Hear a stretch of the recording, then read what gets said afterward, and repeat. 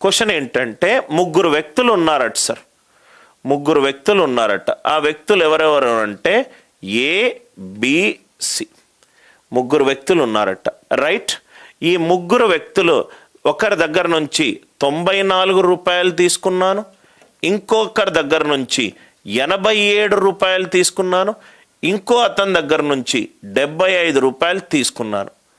ముందు వాళ్ళ దగ్గర ఎన్ని డబ్బులు ఉన్నాయో మనకు తెలియదు, కానీ ఏ దగ్గర నుంచి 94 రూపాయలు తీసుకున్నాను, బి దగ్గర నుంచి 87 రూపాయలు తీసుకున్నాను, సి దగ్గర నుంచి 75 రూపాయలు తీసుకున్నాను. తీసుకున్న తరువాత వాళ్ళ దగ్గర ఉన్న డబ్బులు ఎన్ని? 87:93:95. 87:93:95. ఫస్ట్ క్వశ్చన్ అర్థం చేసుకుందాం. క్వశ్చన్ అంటే ఇక్కడి నుంచి ఇక్కడి వరకు కాదు, ఇక్కడి నుంచి ఇక్కడి వరకు క్వశ్చన్. అది ప్రథమ సూత్రము. ఆన్సర్ ఆప్షన్లను కూడా మనం చదువుతాము. కొన్ని క్వశ్చన్లను ఎస్పెషల్లీ యాప్టిట్యూడ్లో చాలా వరకు క్వశ్చన్లను మనం ఇది తప్పు అని చెప్పడం కూడా ఒక కళ సార్. ఏ దగ్గర నుంచి 94 రూపాయలు తీసుకున్నాను, బి దగ్గర నుంచి 87 రూపాయలు తీసుకున్నాను, రైట్ సి దగ్గర నుంచి 75 రూపాయలు తీసుకున్నాను.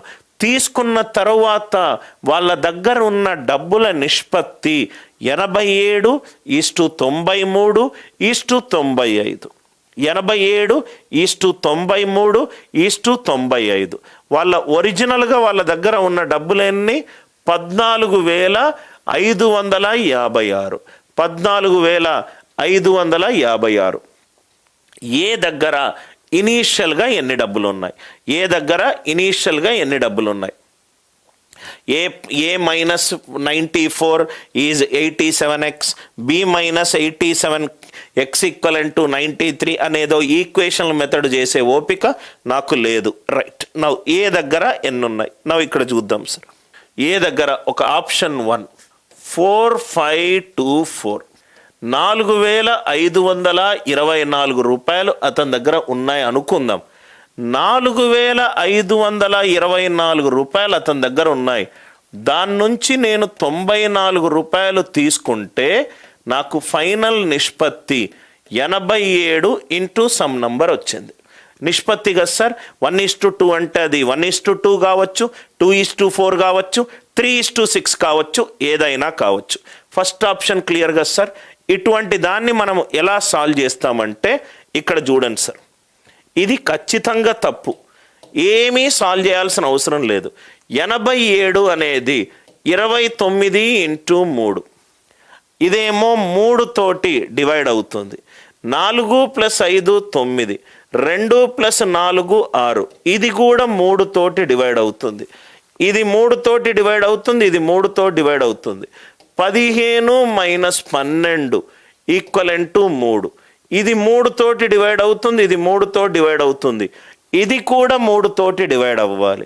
కానీ 94 అనేది 3 తోటి డివైడ్ కావట్లేదు, కాబట్టి ఫస్ట్ ఆప్షన్ తప్పు. మళ్ళీ ఎక్స్ప్లెయిన్ చేస్తున్నాను. 87 అనేది 29 ఇంటూ 3, రైట్ హ్యాండ్ సైడ్ ఇది 3 తోటి డివైడ్ అవుతుంది. 4,524. 3 యొక్క భాజనీయత సూత్రం ఏంటంటే దాంట్లో ఉన్న డిజిట్స్ని కూడాలి. 4 + 5 9, 9 + 6 15, 15 3 తోటి డివైడ్ అవుతుంది, ఇది కూడా 3 తోటి డివైడ్ అవుతుంది. 94 3 తోటి డివైడ్ కావట్లేదు, కాబట్టి ఫస్ట్ ఆప్షన్ తప్పు. Second option 4605 -94, right, -90. ఎంత స్మార్ట్గా ఆలోచిస్తే మీకు ఆన్సర్ వస్తుంది చూడండి. ఇది 3 తోటి డివైడ్ అవుతుంది, ఇది 3 తోటి డివైడ్ అవుతుంది. 94 3 తోటి డివైడ్ కావట్లేదు. Option D 3405. ఏమీ లేకుండా ఒక క్యాట్ ఎగ్జామ్ క్వశ్చన్ని కూడా మనం సాల్వ్ చేయొచ్చు. ఇది కూడా 3 తోటి డివైడ్ అవుతుంది, ఇది కూడా 3 తోటి డివైడ్ అవుతుంది, ఇది 3 తోటి డివైడ్ కావట్లేదు.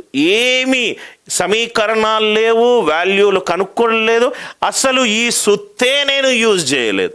ఓన్లీ భాజనీయత సూత్రం తెలిస్తే నాకు రేషియోలో చాలా ఈజీగా నేను క్వశ్చన్లను సాల్వ్ చేయొచ్చు. ఇది కూడా చూడండి సార్. సర్కిల్ వృత్తాలు, రైట్. దీన్ని కూడా మీరు ఎలా సాల్వ్ చేస్తారు సార్? నేను మళ్ళీ ఎక్స్ప్లెయిన్ చేస్తున్నాను సార్. ఒక 2 సంవత్సరాల ముందొచ్చిన ఒక ఒరిజినల్ క్వశ్చన్ని చూసి నేనైతే ఈ క్వశ్చన్ని ఎలా సాల్వ్ చేస్తాను చూడండి, రైట్. ఒక వృత్తం ఉంది.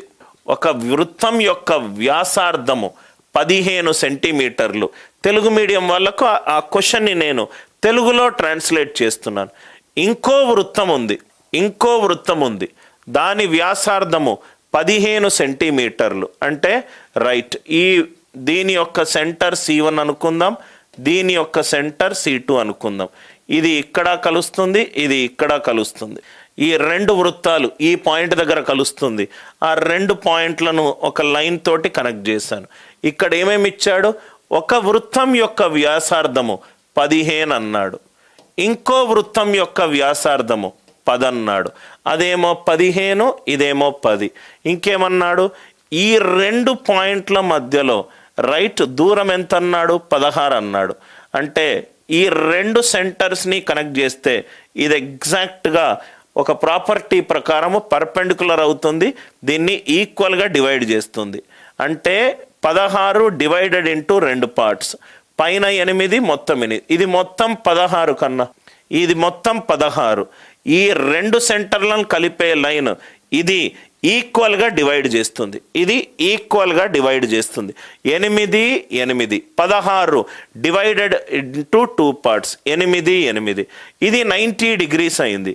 ఇది 10, ఇది 8 అయింది అనుకోండి, ఇది 6 అవుతుంది. ఎందుకు అవుతుంది సార్?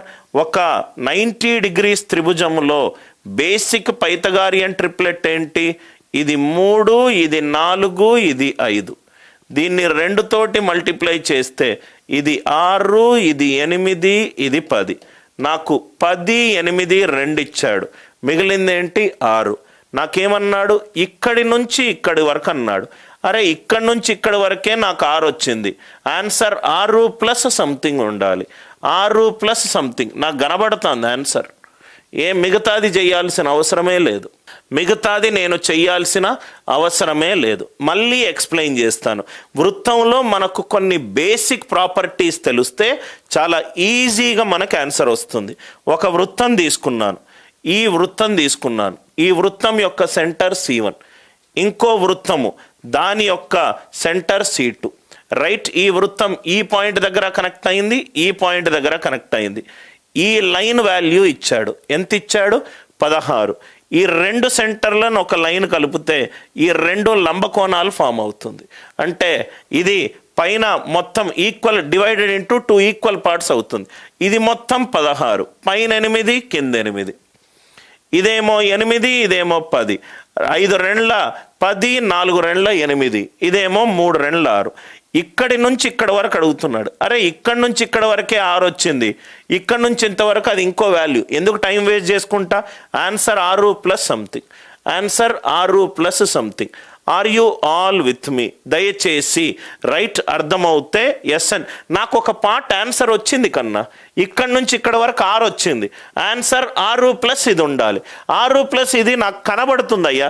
నేను ఎందుకు ఇది చేస్తా? √15² -8² ఇదేమో √60. వాడి 6 ప్లస్ సంథింగ్ కనబడ్డప్పుడు రైట్ ఇది ఎందుకు చేస్తాను? Are you all with me?